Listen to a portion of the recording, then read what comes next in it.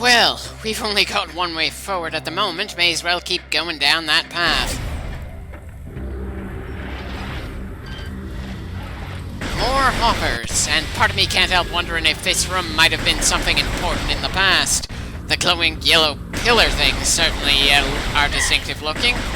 I can never remember if those sort of things are supposed to be called stalactites or stalagmites.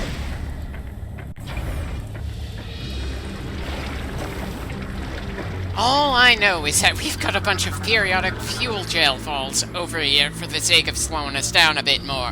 Visually interesting, but again, I can't help feeling this is pulling too many Lava World tropes too early in the game.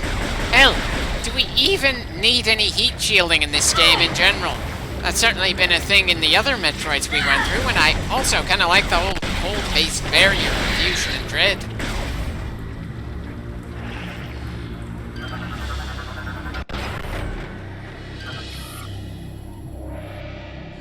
Wait, its shell is Phazon, but the inside is fuel gel when Phazon is supposed to be some kind of miracle fuel source? I'm sorry, but something there really doesn't add up, especially since both are toxic, explosive materials. And why do we need yet another explosive-style enemy when we already have the gas bags and bat things, not to mention pirate landmines? Seriously, 4 entirely different self-destructive enemy types in a single game isn't really all that interesting to me, especially when it's not a real-time strategy game. Not that I was all that likely to use something like a Baneling in StarCraft 2 anyway. I just learned to respect them when my enemies used them. Oh, wonderful. The pirates are starting to bomb this area because we happen to be in it.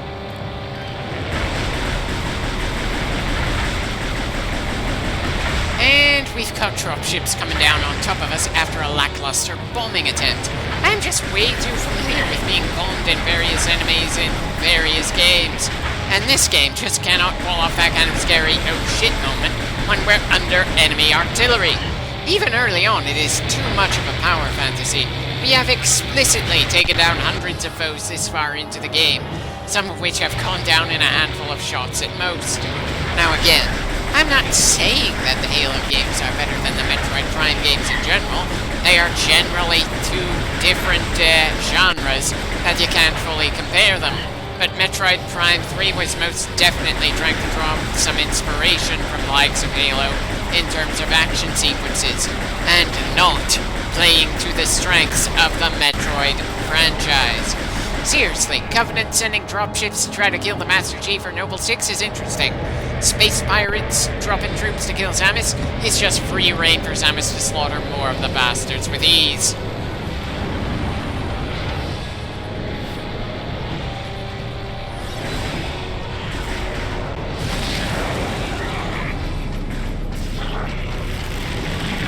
Okay, so Rundus is helping us against a force we weren't having trouble with again. Kind of odd that he didn't say hello when he blatantly saw us earlier, though.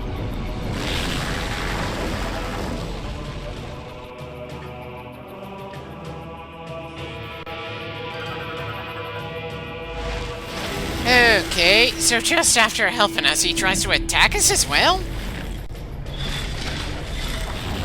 I get that seeing the shadow of Dark Samus over him for a second is supposed to help convey that she's controlling him, but I just can't help calling bullshit here. We saw lore entries in the first Metroid Prime that described Phazon sickness as just making someone insane and violent, not that they were being outright mind-controlled by somebody else. For Metroid Prime 3, there was never any hint that Phazon made you part of some kind of hive mind. It just fucked with your body and mind until you either died or were transformed into some kind of overly aggressive abomination in a franchise full of overly aggressive abominations. Hell, that is explicitly what happened to the Prime Metroid in the first Metroid Prime. It was able to survive the toxic substance well enough to evolve because of it, became even more aggressive than the usual aggressive Metroids are, and more capable in a fight. It then lost its body because we blasted it, somehow kept fighting as a Phazon ghost, stole our suit, and became Dark Samus. Dark Samus then spent the majority of Metroid Prime 2 gathering more and more Phazon, trying to become more powerful and becoming absolutely obsessed with killing Samus for hurting her in the previous game. revived multiple times, and was doing a pretty solid job of being an almost Jason Voorhees-style monster, running on hate and spite and refusing to stay dead no matter what we did. But for some reason they decided to change her a bit for this game. For some reason, she's somehow queen of a hive mind that runs Phazon infected in this game out of nowhere to give her more prominence than Ridley, because of course she can't do the same role she had in Metroid Prime 2 when Ridley's around to be the relentless demon, and he's only going to show up one other time in this game. But enough of that. Let's talk about the boss fight we're currently in. Brundus is one of the best boss fights in this game. He is an explicit view of what will happen to the player if we allow Phazon to overwhelm our insides. A ferocious puppet who's lost all signs of personality. He just exists to be a tool for his queen. He does this better than either of the other two hunters who've been consumed by Dark Samus. It certainly doesn't hurt that he was the most likable of the three characters we ran into back in the prologue. Add in the rather distinctive background music for this fight, and it's quite the memorable encounter, especially if you don't see his betrayal/assimilation into the Phazon collective thing coming.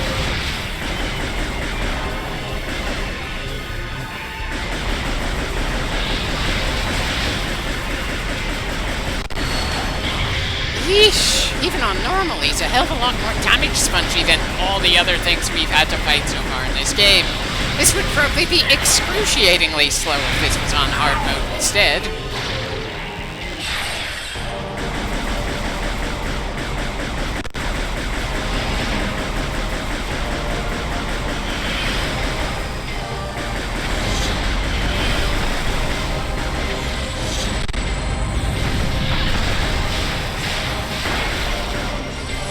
Part of me wants to ask how we're managing to gain healing items from destroying a specific kind of projectile at us, when all of his attacks should be charged with Phazon to some degree or another. Then I remember that healing during a boss fight has always been arbitrary in this franchise, regardless of if it's a 2 or 3D game.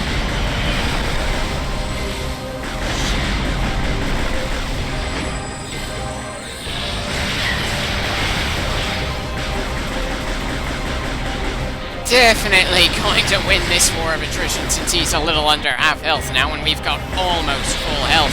Does the poor bastard have any other tricks up his sleeve?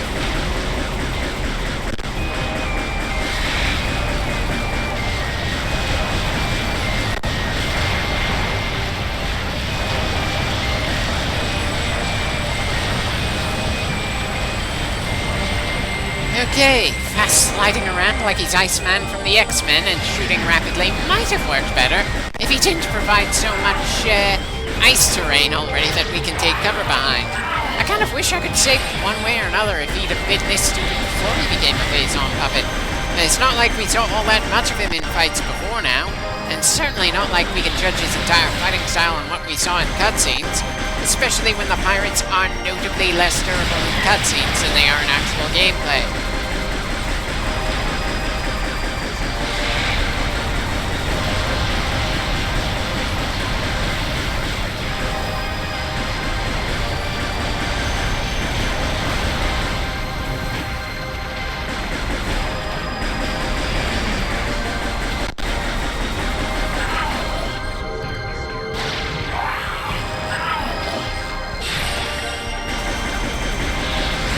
How many more times are we going to have to pull the armor off of him before he's done in this fight?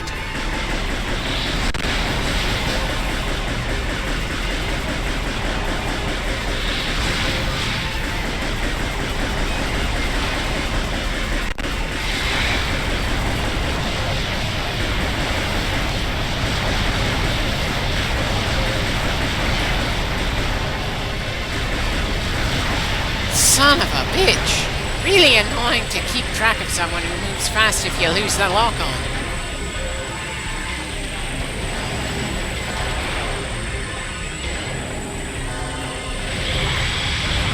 Okay, that's a new trick. Great. He's got an attack that does splash damage now when it can rip through the terrain he's made. He probably should have unleashed that attack a little early in the fight, though. He's only got about a quarter of his health left after all. We still haven't lost an entire energy tank yet.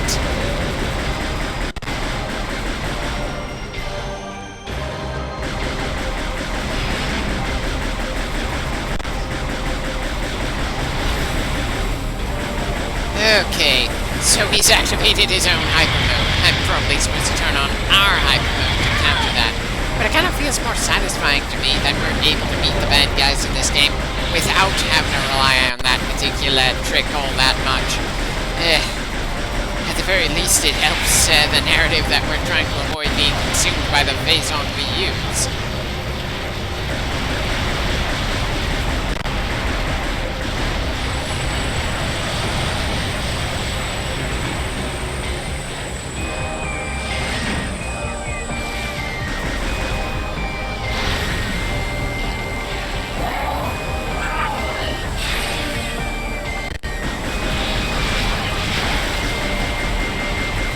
Buddy, you are entirely wasting the phazon you turned on here. Come on, stop running and trying to stall. Do more to use that hyper mode to inflict damage. He doesn't even seem to have any attacks that unlock when he goes into hyper mode. They all look the same as they did before he turned on that temporary boost.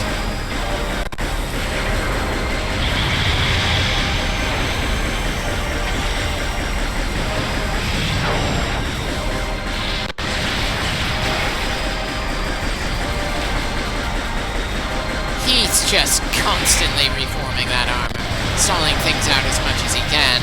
Does the poor bastard even realize that he doesn't seem to have any kind of winning strategy here?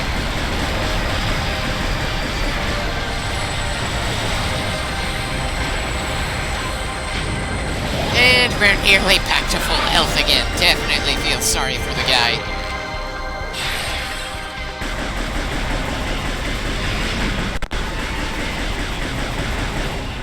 And that does it. Rundus is done.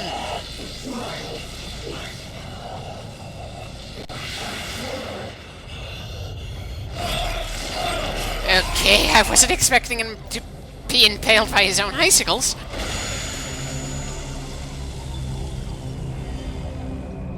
And now we have a more explicit Dark Samus ghost, because a previous bit wasn't enough of a hit that she's become the absolute leader of the bad guys in this game.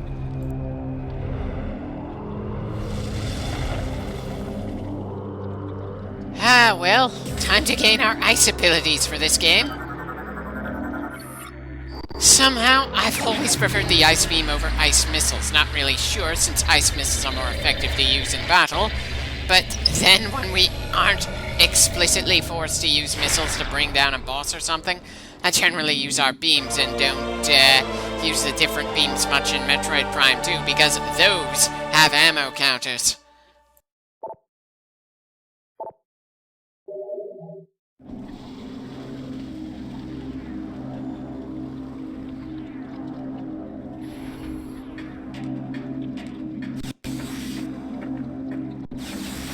Not much need to grab all the items that are floating around after that fight. Still, despite how unthreatened I felt in that fight, it was still pretty awesome due to presentation, something that I feel the game as a whole kind of struggles with.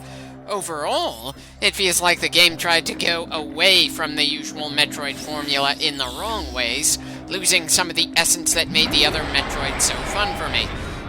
All while keeping many of the same mechanics as the old Metroids, so in the end it feels more like it's trying to copy off of Metroid instead of innovating like they intended. Again, this is probably just me being an overly harsh critic, but I call them as I see them.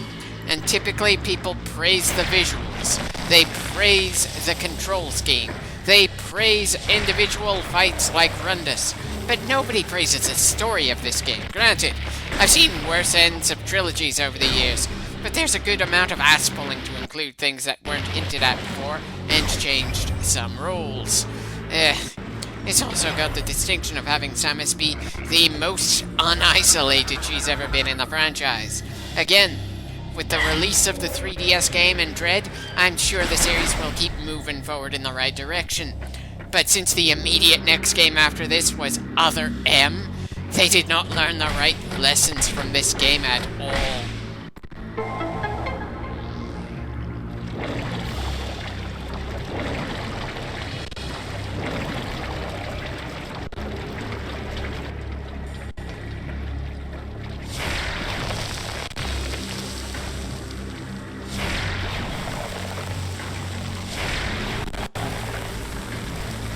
Yeah, the ice missile works about the same as the other ice weapons we've used over the years in this series. And I know we passed by some doors on this planet and on Norian that have the ice missile barrier thing. The only question is, will I have to go out of our way to go to those doors, or will the game give us excuses to go to those specific spots while still following the main story?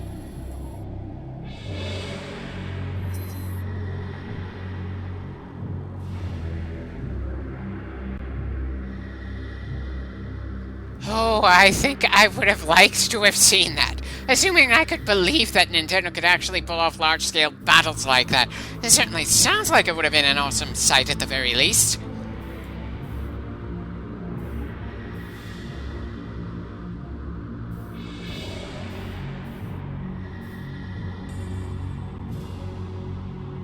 I assume we're in the only habitable part of the planet right now, but maybe that's just a different region that we're not allowed to explore.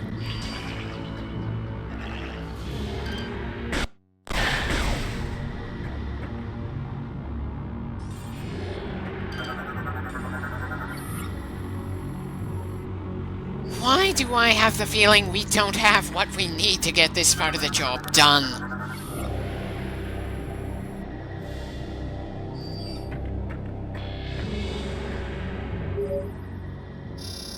Clearly, this is the source of the energy signature we detected.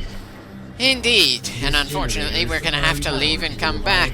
This would be less annoying if it wasn't for the fact that we absolutely have to come to this spot every playthrough every time before the next thing we need to gain is available to grab. And of course, when we come back to deal with it later, the enemy is gonna have some new defenses put in place to make things seem new around here without the game designers having to actually make a new area.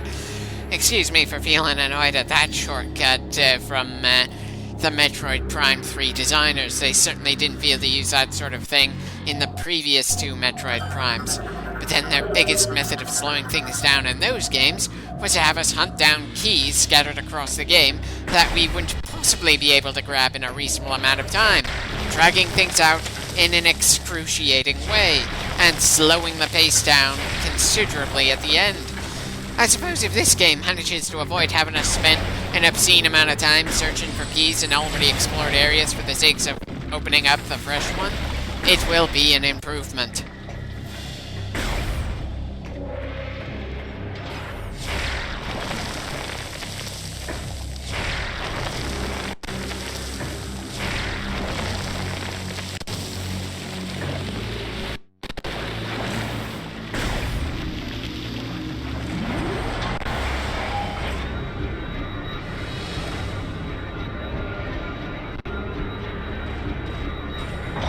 Well, those hoppers showing up here is far from intimidating, but then I'm having a hard time thinking of anything that Samus would find intimidating around here. Sure, the events of the Metroid Prime trilogy happened between Zero Mission and Samus Returns on the timeline, so it's not like she's run into the X or even just the numerous other forms of Metroid just yet. Still, even just considering Zero Mission, Metroid Prime 1, and Metroid Prime 2, she has handled quite a bit this far in, and the only real difference at this stage is that she's doing more planet hopping than usual for a single job, when her standard operations stick to a single major location and explore that quite thoroughly. Well, that and she's effectively diseased at this part of the story. A disease that, much like Batman in Arkham City, does nothing to the player until the script demands that it prompt a cutscene in order to try to up the tension. It is not something that we really need to keep in mind all that much when it comes to gameplay, especially if you don't really enjoy pulling out hyper mode in the first place and prefer to handle the enemies the old-fashioned way like I do. Hell, I am just not the kind of player that enjoys using super modes. Every time I've ever played God of War or anything inspired by God of War, I avoid using the game super mode as much as I can, since its very point is to be a short-term bit of you being absurdly overpowered compared to everything around you.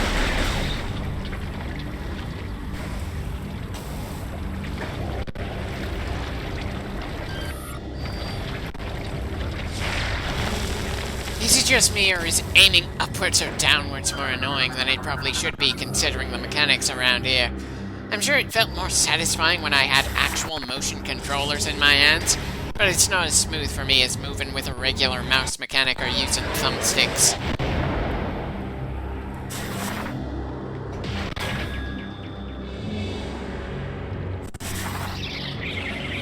Well, that shortcut only goes one way, so it's not much of a discovery in my book.